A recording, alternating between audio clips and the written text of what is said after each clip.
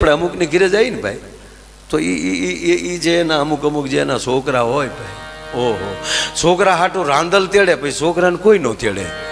હમણાં આમ રેઠા રખડતા હોય, સડીઓ વગેરે નાકમાલી કપાહ તોળાતો હોય, જાણે જીરોના લેમ્પ થતા હોય આપણા.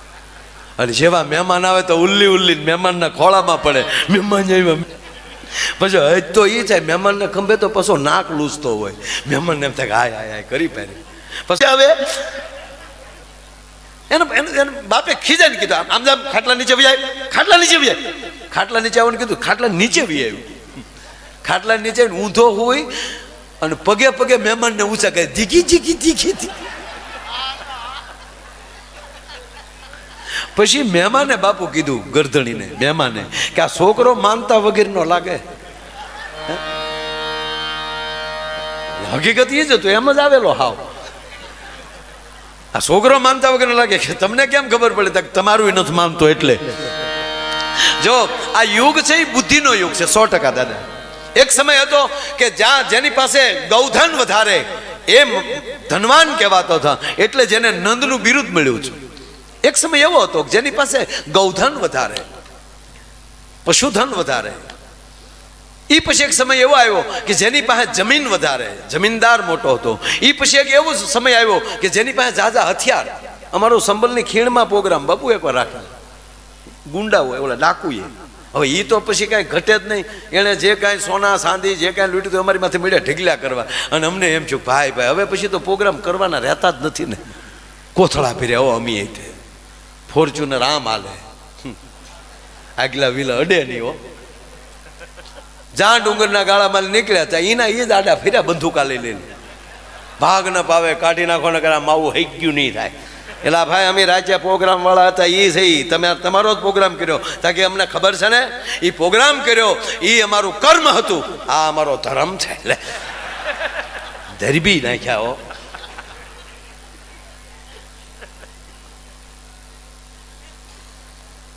આ બુદ્ધિનો એટલે એક સમય એવો હતો જેની પાસે જાજા હથિયાર એ મોટો માણા.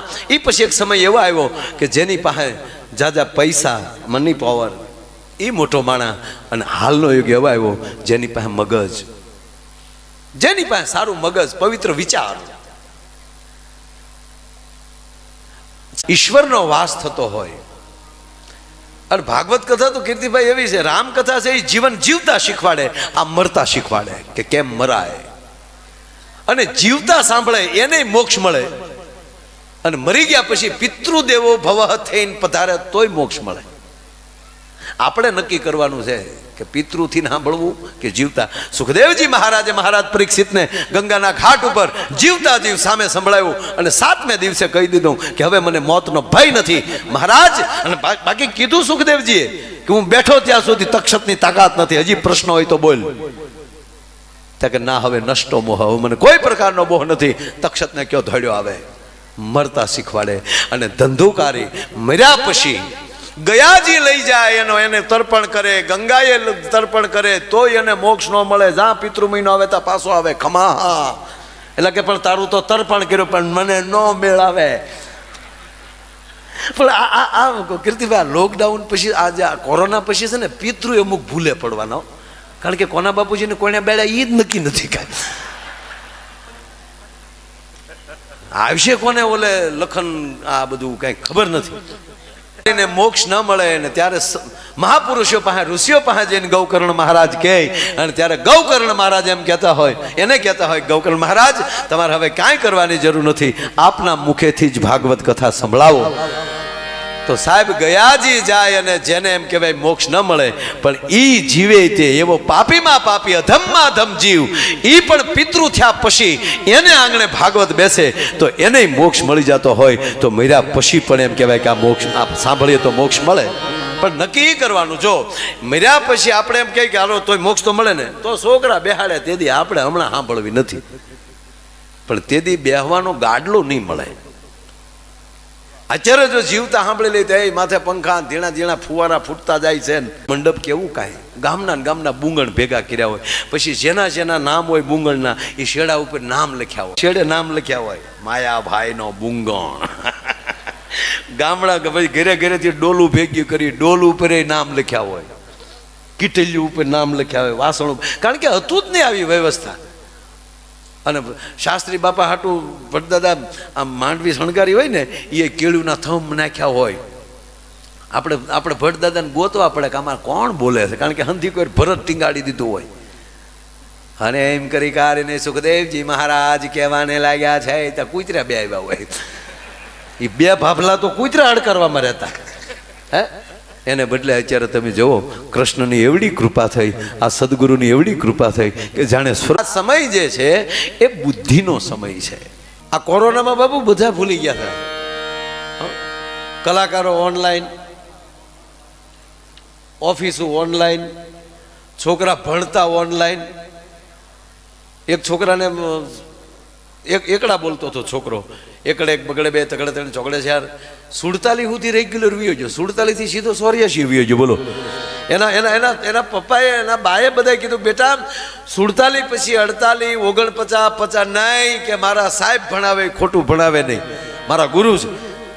47 પછી 84 જ આવે. આખું ઘર કંટાળી ગયો, પણ ગાંડા આ વચ્ચે ગાબડું પડે જ નહીં, મારા ગુરુ ભણાવતા હતા. આખું ઘર પછી સ્કૂલે આવ્યું, ઓનલાઈન ભણાવતા હતા સાહેબ. એ કે તમે આવી રીતે ભણાવો? આ 47 પછી અમારો છોકરો સીધો 84 કહે. તા કે એમાં તમારા છોકરાનો વાંક નથી. અમે 47 સુધી પહોંચ્યા ને ત્યારે તમારી ઘરે નેટ વયું ગયું હતું, અને તમારી ઘરે નેટ આવ્યું હતા, અમે 84 પહોંચી ગયા હતા. આમાં ઘણા વચ્ચે નેટ વગરનું થઈ ગયું હતું ને થોડુંક બાપુ, એટલે ઘણું ખરું ભૂલાઈ ગયું. ઓલો દીકરો ને એના બાપુજી બે ગાડી લઈને નીકળ્યા. સ્કૂલના બિલ્ડિંગ પાસેથી નીકળ્યા એટલે છોકરે કીધું પપ્પા ગાડી ઊભી રાખો તો, આ બિલ્ડિંગમાં મને જાણે એમ તું 2 વર્ષ નથી ગયો, એમાં ભૂલી ગયો તું. અને ભાઈ ખૂબ ઘરે બેઠા બેઠા માણસોએ લોકડાઉનમાં ખૂબ કીર્તિદાનભાઈને સાંભળ્યા, કલાકારોને સાંભળ્યા, સંતોને સાંભળ્યા. અમુકે ફિલ્મો એટલી જોઈ, અમુકે મહાભારત સિરિયલો આખી પૂરી કરી નાખી, અમુકે રામાયણ સિરિયલ, અમુકે હારા હારા પુસ્તકો વાંચ્યા, અમુકે એમાંથી ટુકડા કાઢ્યા.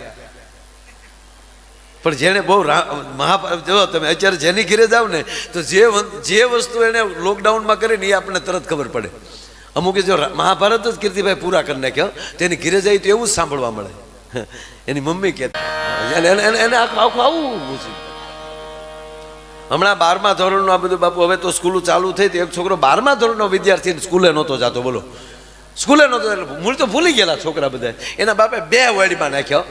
ભડ ભાદર થયો છો, સ્કૂલે નથી જવું તો મોટો થઈને શું બનવા માંગેશ તું શું બનીશ મોટો થઈને? ત્યારે કીધું પિતાજી હું મોટો બનીને 4 બસ લઈ ઘરની ટ્રાવેલ આખી ઊભી કરીશ, પછી મારા લગ્ન કરીશ, હું મોટો માણસ બનીશ, પછી મારી પત્નીને ભણાવીશ અને પછી એને કલેક્ટર બનાવીશ. તો એના બાપે 2 વાડીમાં નાખે. પાછું અમિતાભનું સૂર્યવંશ જોઈ આવ્યો. અમુકને ફિલ્મ ઘરમાં ગળી ગયા. બોલો, પણ ભગવાન કૃષ્ણનો આયા ગાથા ગવાઈ રહી છે ત્યારે કે માડી તારા કેટલા એ જન્મની રે આંખ માણી રે નંદરાણી માંગણા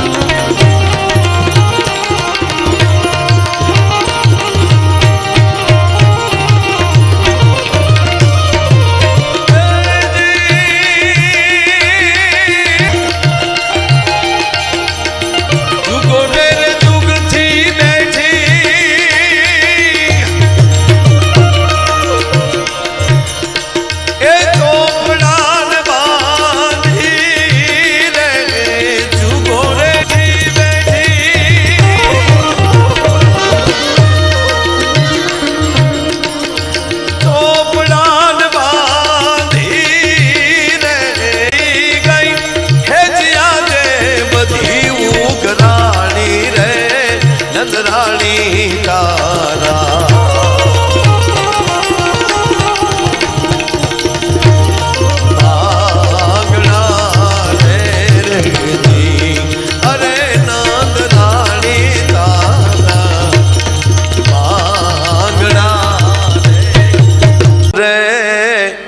એ બધાયનો ઈચ્છે તારો બેટો રે હે નંદરાણી તારા માંગણા રે રેજી. બાપુ લગ્નમાં આવ્યા ત્યારે આપના માતુશ્રી નામે દર્શન કર્યા ત્યારે મનોમન નહીં જતું કે આ જગતનો બાપ જેના ઘરે દીકરોથી આવ્યો હોય. અને એક વાત હું કાયમ કરું છું કે જેના આંગણે જેના ગામમાં ભાગવત કથા વંચાઈ જાય, રામ કથા વંચાઈ જાય, એ પરિવારને અથવા તો એ ગામને પછી કોઈ જગ્યાએ તીર્થ કરવા જવાની જરૂર નથી.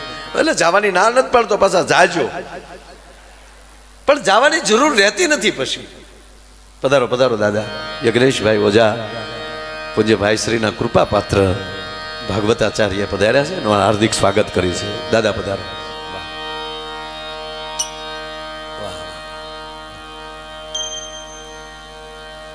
દાદા વાત એ કરતો હતો કે એ પરિવારને પછી ક્યાંય જવાની જરૂર નથી રહેતી.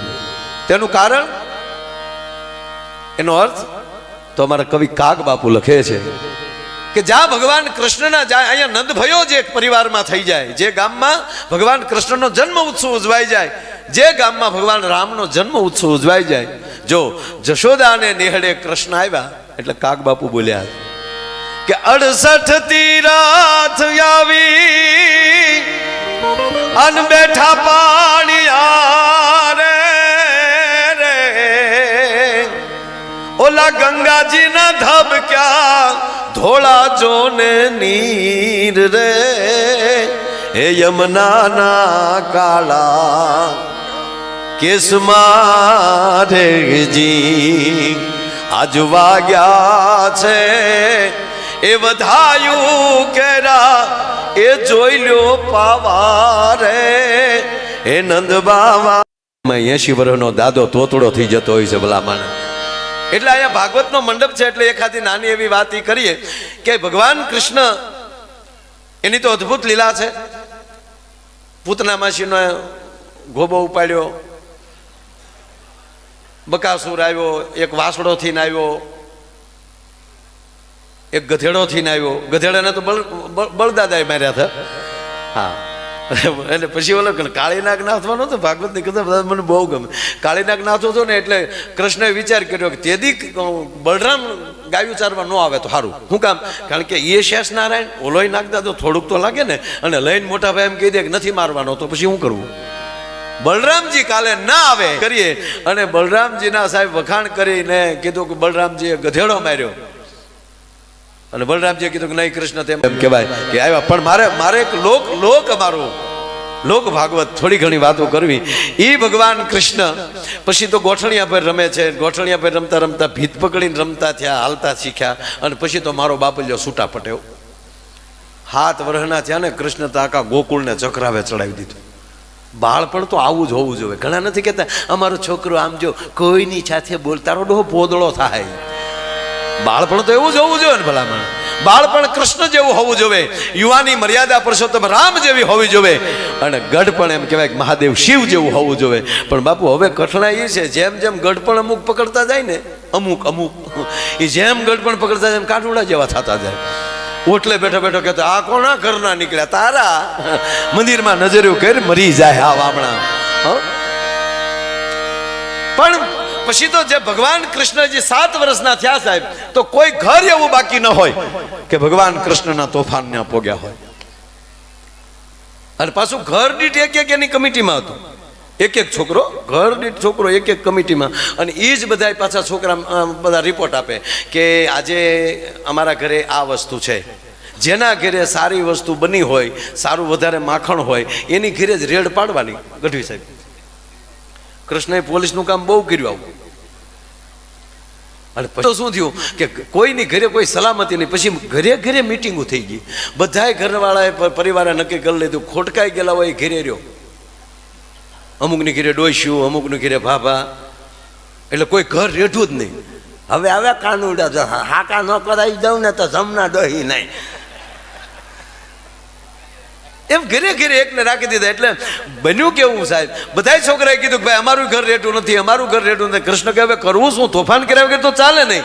અને સાહેબ પછી છેલ્લે યમુનાને કાંઠે ડેરો નાખ્યો કે બાયું પાણી ભરવા તો આવશે ને, ક્યાં જાહે. એ પાણી ભરવા કોઈ આવે અને જાવડે એક એક ગોવાળિયો બેસી ગયો અને ગિલોલીનું સંશોધન કીર્તિદાન તેદી થયું. માટ ભરી નીકળ્યા, ઠડાક કરતી ગિલોલી મારે માટલું હેઠું. હવે સાહેબ પાણી ભરવામાં તકલીફ પડી અને એમાં એક બાઈ પાણી ભરવા માટે યમુનાને કાંઠે ગઈ છે અને પાણી ભર્યા વગર એમ કહેવાય ખાલી બેડે પાછી વળી. એ ખાલી બેડે પાછી વળી એમાં કોઈએ પૂછ્યું બાઈ ક્યાં ગઈ હતી? કે પાણી ભરવા. કે તારું બેડું તો ખાલી છે. તા કે ખાલી જ હોય ને. ત્યાં કે ન્યા ઓલો નટખટ ઊભો છે અને જો પાણી ભરવા જાય ને કે કેમ જાવું પનઘટ પાણી ભરવા, સાહેલી પાણી ભરતા મારે કાન કાકરી રે. કેમ જાવું પનઘટ પાણી ભરવા. એ બાયું ત્યાં પાણી ભરવા કેમ જાવું? ત્યાં ઓલો નટખટ ઊભો છે. એટલે બીજી બાઈ શું કીધું કે ઘરે મહિના માટ નહોતો રહેવા દેતો, માખણ નથી રહેવા દેતો અને હવે પાણી હેરડે એને કબજો કર્યો એટલે આવી રીતે ચલાવવાનું. એટલે આ બાઈ હતી ને સમજદાર હતી કે ના એવું નથી, આગળ ગાયો લઈને વયો જાય ને પછી પાણી ભરી આવશું. જો આ સમજાય. આપણે જેને અરે વાંધો હોય પાનને ગલ્લે ઊભો હોય તો આપણે ઘડીક ન જવું જોઈએ કે આગળ માવું છોડીને વયું જાય. પણ આપણા મીટર નોખા હોય શેનો વટે? જો આખી જિંદગીનું સોલ્યુશન એટલું જ છે ને કે બાબા મારી ભૂલ થઈ ગયો, તેથી જે બોલાણું ને એકલા મળી અને ખાલી બે જણા જેને તકલીફ હોય એ હામાં એટલું કહી દે તો આખી જિંદગીનું સોલ્યુશન થઈ જાય. પણ એટલું કહેવા હાટું કહેવા ગયો પરિવારને વેર એમ કહેવાય દેતા જતા હોય વારસામાં. આ ગોપી ડાય હતી, એણે કીધું કે ના આગળ વયો જાય ગાયું લઈને. તો બીજું બાઈ શું કે એમ થોડું હાલે. એક જશોદા માં પાસે ઠપકો લઈને જઈને માં સાંભળતા નથી ને. હવે આખા ગામની બાયું ભેગ્યું થાવ. આ મહિલા મંડળ સ્થાપના દિન. રામ અવતારમાં મહિલા મંડળ નહોતું બાપુ. જો રામ અવતારમાં દાદા મહિલા મંડળ હોય તો સૂર્યપંખા નાક કાપી એકાય, તો મોરસા મંડાત. અમારા નાક કાન કપાઈ રહ્યા છે, સરકાર અમારે હામું નથી જોતી.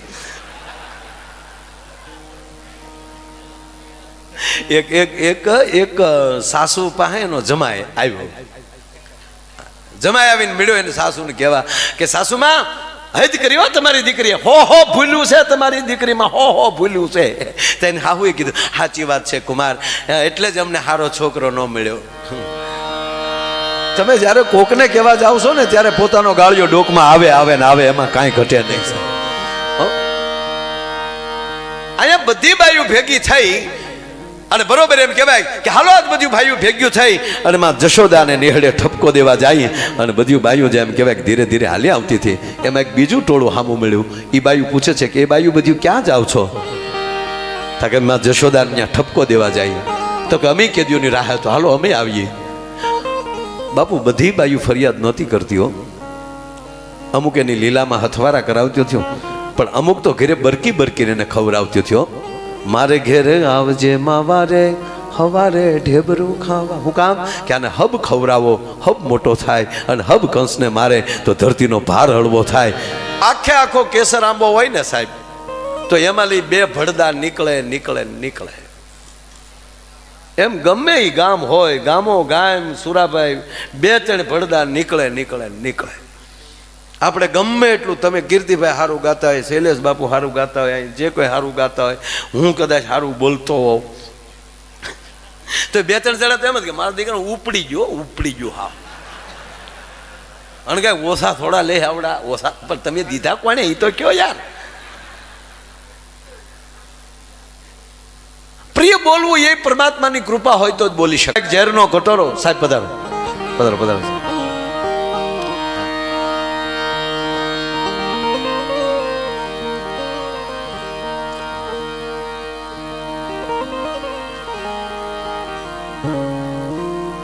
રાણા વિક્રમ એમને ઝેરનો કટોરો મોકલે છે.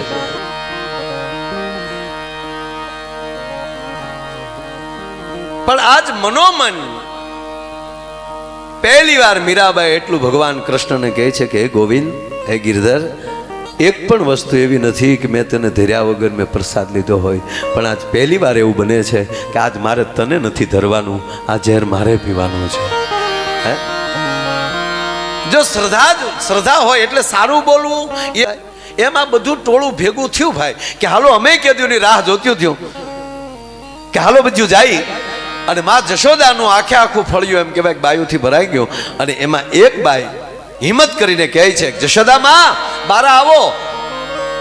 જશોદા માં બહાર આવો કીધા. માં જશોદા કામ પડતા મૂકી ઓરડામાંથી ઓહરીની કોરે આવી, થાંભલીને ટેકો દઈ અને પૂછે છે કે બાયું બધું ભેગ્યું થઈને શું આવ્યું છો? કે માં એક એક બાઈ તમારી પાસે ઠપકો લઈને આવતી હતી ત્યારે તમે સાચું નહોતા માનતા, હવે જોઈ લ્યો આખા ગામની બાઈઓ આવી. જવાબ. અને ત્યારમાં જશોદા કહે છે કે મારા દીકરામાં શું તોફાન કર્યા તે બધું બાયું તમે ભેગ્યું થઈને આવ્યું છો? તાક સાંભળી લે માં, તારો દીકરો કેવા તોફાન કરે કે મધરાતે આવીને મોહન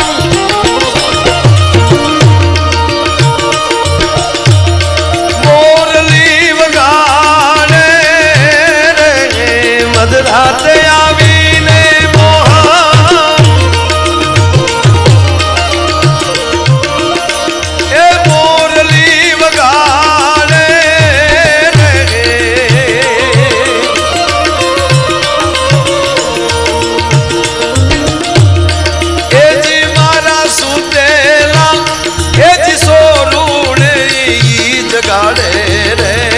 કવરાવે ગાનો